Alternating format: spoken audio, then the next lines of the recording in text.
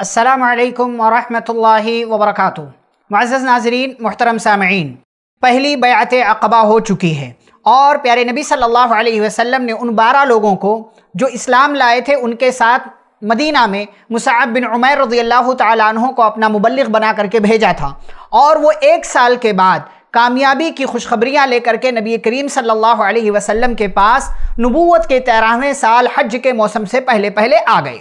اب جب نبوت کے 13ویں سال حج کا موسم آیا تو اس دفعہ مدینہ کے مشرکین حاجیوں کے ساتھ ساتھ 75 مسلمان تقریباً مکہ کے اندر آئے حج کرنے کے لیے، اور یہ 75 مسلمان جب مکہ کے اندر پہنچے تو نبی پاک صلی اللہ علیہ وسلم کے ساتھ ایک خفیہ اجتماع کا فیصلہ ہوا کہ 12 ذی الحجہ کو حج کے ارکان ادا کر لینے کے بعد ہم مینا کی گھاٹی میں پیارے نبی صلی اللہ علیہ وسلم سے رات کی تاریکی میں خفیہ طور سے ملاقات کریں گے۔ اس اجتماع کا فیصلہ ہو گیا اور یہ 75 کے 75 مسلمان یہ وہاں اس گھاٹی میں پہنچ کر کے نبی پاک صلی اللہ علیہ وسلم کا انتظار کرنے لگے۔ چپکے سب لوگ اپنے خیمے سے نکلے اور وہاں پہنچے۔ ان 75 لوگوں میں 73 مرد تھے اور 2 عورتیں تھیں۔ آپ صلی اللہ علیہ وسلم بھی تھوڑی دیر کے بعد اپنے چچا حضرت عباس رضی اللہ تعالیٰ عنہ کے ساتھ ان لوگوں کے درمیان نمودار ہوئے، اور حضرت عباس رضی اللہ تعالیٰ عنہ ابھی تک مسلمان نہیں ہوئے تھے، لیکن اپنے بھتیجے کی حفاظت کی خاطر وہ اپنے بھتیجے کے ساتھ پیارے نبی صلی اللہ علیہ وسلم کے ساتھ اس اجتماع میں موجود ہوئے،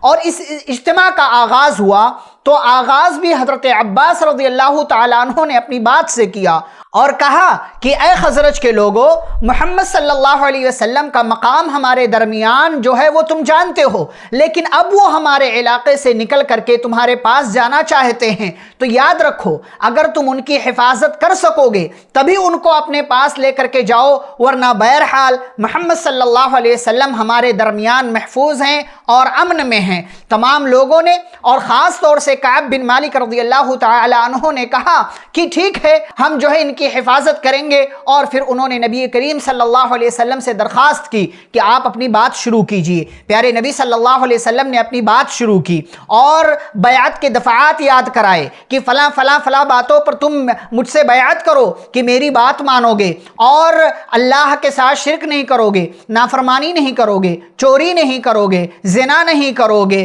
اور کسی پر بہتان نہیں لگاؤ گے، اور ہر خیر میں تم میری بات مانو گے، میری بات پر عمل کرو گے، اور کسی بھی شر کے راستے میں تم جو ہے اس میں کسی کا تعاون نہیں کرو گے، چستی اور سستی ہر حال میں میری بات مانو گے، خوشحالی اور تنگی ہر صورت حال میں مال خرچ کرو گے، بھلائی کا حکم دو گے، برائی سے روکو گے، اللہ کی راہ میں اٹھ کھڑے ہوگے، اور اللہ کے معاملے میں کسی کی بھی پرواہ نہیں کرو گے، اور جب میں تمہارے پاس آ جاؤں گا تو تم میری مدد کرو گے، اور جس چیز سے اپنی جان اور اپنے بال بچوں کی حفاظت کرتے ہو اس سے تم میری بھی حفاظت کرو گے۔ یہ ساری باتیں نبی کریم صلی اللہ علیہ وسلم نے مدینہ کے ان 75 مسلمانوں کو دوبارہ سے یاد کرایا، ان کے سامنے یہ بات رکھی، اور تمام لوگوں نے الگ الگ طریقے سے اس بات کا اقرار کیا۔ پیارے نبی صلی اللہ علیہ وسلم کے سامنے برا بن معرور ہوں، اسعد بن زرارہ ہوں، ابو الحیثم ہوں، اور دیگر صحابہ، تمام لوگوں نے نبی پاک صلی اللہ علیہ وسلم کے سامنے بیعت کیا، اور بیعت کی دفعات کو اپنے دماغ میں رکھتے ہوئے اقرار کیا کہ ہر صورت حال میں ہم آپ کی مدد کریں گے۔ اور آخر میں بیعت مکمل ہونے سے پہلے اسعد بن زرارہ رضی اللہ تعالی عنہ نے ان لوگوں کے سامنے بات یاد رکھی کہ دیکھو یہ بیعت بہت خطرناک ہے، اس کا انجام تمہارے دماغ میں ہونا چاہیے، جو انجام کو دماغ میں رکھ کر کے اس پر ثابت قدم رہے وہی اس راستے میں ساتھ دے، ورنہ ابھی موقع ہے، اپنا راستہ تبدیل کر سکتے ہو۔ لیکن بہرحال تمام لوگوں نے پیارے نبی صلی اللہ علیہ وسلم کی حفاظت کا وعدہ کیا، بیعت کی خطرناکی جانتے ہوئے بھی ان لوگوں نے اقرار کیا، اور بیعت کی تمام تر دفعات مکمل ہو گئے۔ یہ اجتماع ختم ہونے والا تھا، بلکہ ختم ہو چکا تھا کہ اخیر میں اس گھاٹی میں ایک شیطان جو رہتا تھا، اس شیطان نے مکہ کے مشرکین کے درمیان یہ اعلان کیا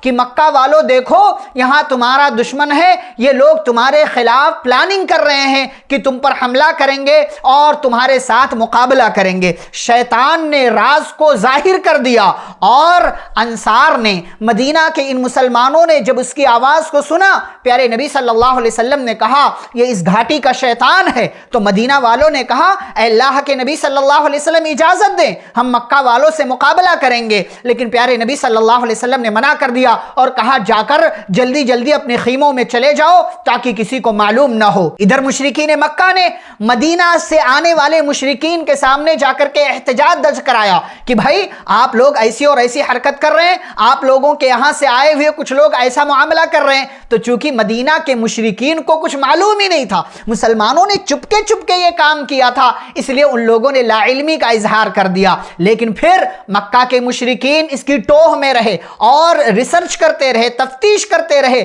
بالآخر انہیں معلوم ہو گیا کہ واقعی بیعت ہو چکی ہے اور واقعی یہ لوگ مدد کرنے کے لیے تیار ہیں۔ اور ادھر حج سے فارغ ہو کر کے تمام مسلمان مدینہ کے مشرکین کے ساتھ مدینہ یعنی اپنے گھر کی جانب لوٹ چکے تھے۔ ادھر مشرکین نے پیچھا کرنا شروع کیا، لیکن سوائے دو لوگوں کے کوئی ان کے ہاتھ نہیں آیا۔ دیر ہو چکی تھی۔ منذر بن عمرو اور سعد بن عبادہ رضی اللہ تعالی عنہما کو انہوں نے پکڑنا چاہا۔ منذر بن عمرو تو تیز ثابت ہوئے، بھاگ کھڑے ہوئے، لیکن سعد بن عبادہ کو انہوں نے پکڑ لیا، لیکن وہ بھی کسی طریقے سے اپنے آپ کو بچا کر کے مدینہ کے انصار، مدینہ کے مسلمانوں کے ساتھ جا ملے اور یہ لوگ خیر و عافیت کے ساتھ مدینہ واپس پہنچ گئے۔ یہ دوسری بیعت عقبہ ہے جو مدینہ کے اندر اسلام کی بنیاد بنانے کے اندر بہت مفید ثابت ہوئی، اور جس بیعت کی وجہ سے مدینہ میں اسلام کا مرکز قائم ہوا اور پیارے نبی صلی اللہ علیہ وسلم ہجرت کر کے